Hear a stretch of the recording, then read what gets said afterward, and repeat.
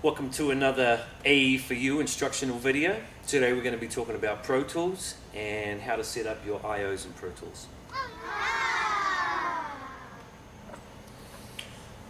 Okay, so today I wanted to talk about setting up a custom IO setup in Pro Tools using an external IO. Today we're using a DigiDesign 96 IO. You might be using a 192 or an M-Box or 002 or any kind of DigiDesign, but basically on LE or HD this same principle applies. So here we go. I've opened a new session here. We're going to come up to the window and go to IO. So first we're going to create a new path. I'm going to call this input 1, and I'm using input 1 on my first device. I'm going to call that A1. I'm going to make it a mono input, and I'm going to assign it here to the first input on my device. Create a new path, label it.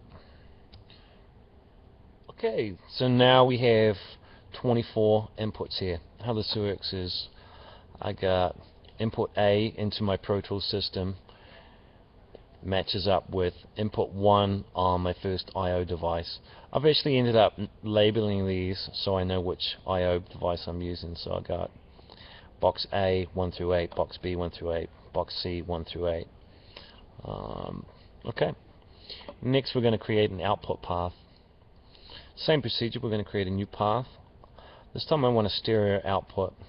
I got my pair of NS10s plugged into outputs 1 and 2 on my first IO. So I'm going to label this left and right.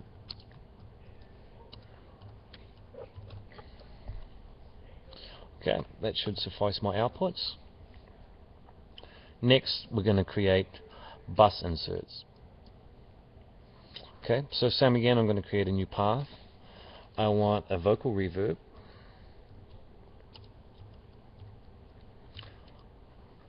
And it's going to be a stereo device.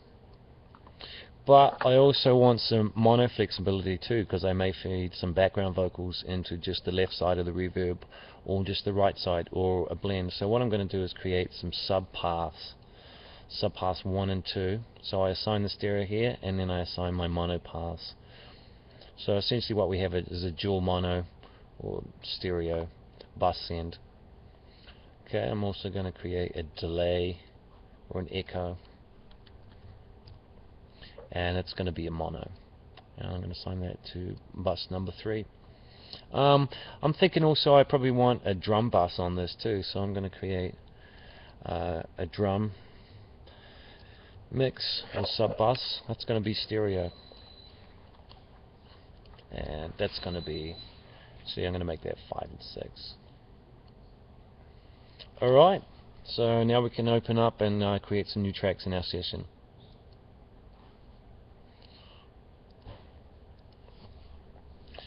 It's going to be a 24 track session.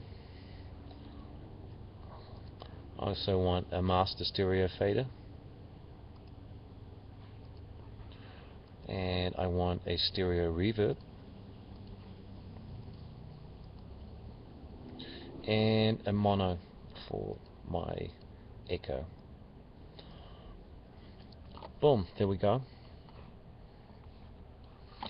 So here's my stereo aux, and I'm going to select my input source is going to be my vocal reverb.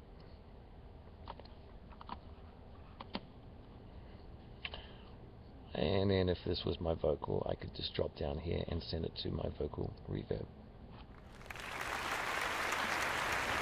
Thanks for watching. I hope you enjoyed. Tune in again for another AE for You instructional video. I'm Steve, and I'm not from Australia. Back to you.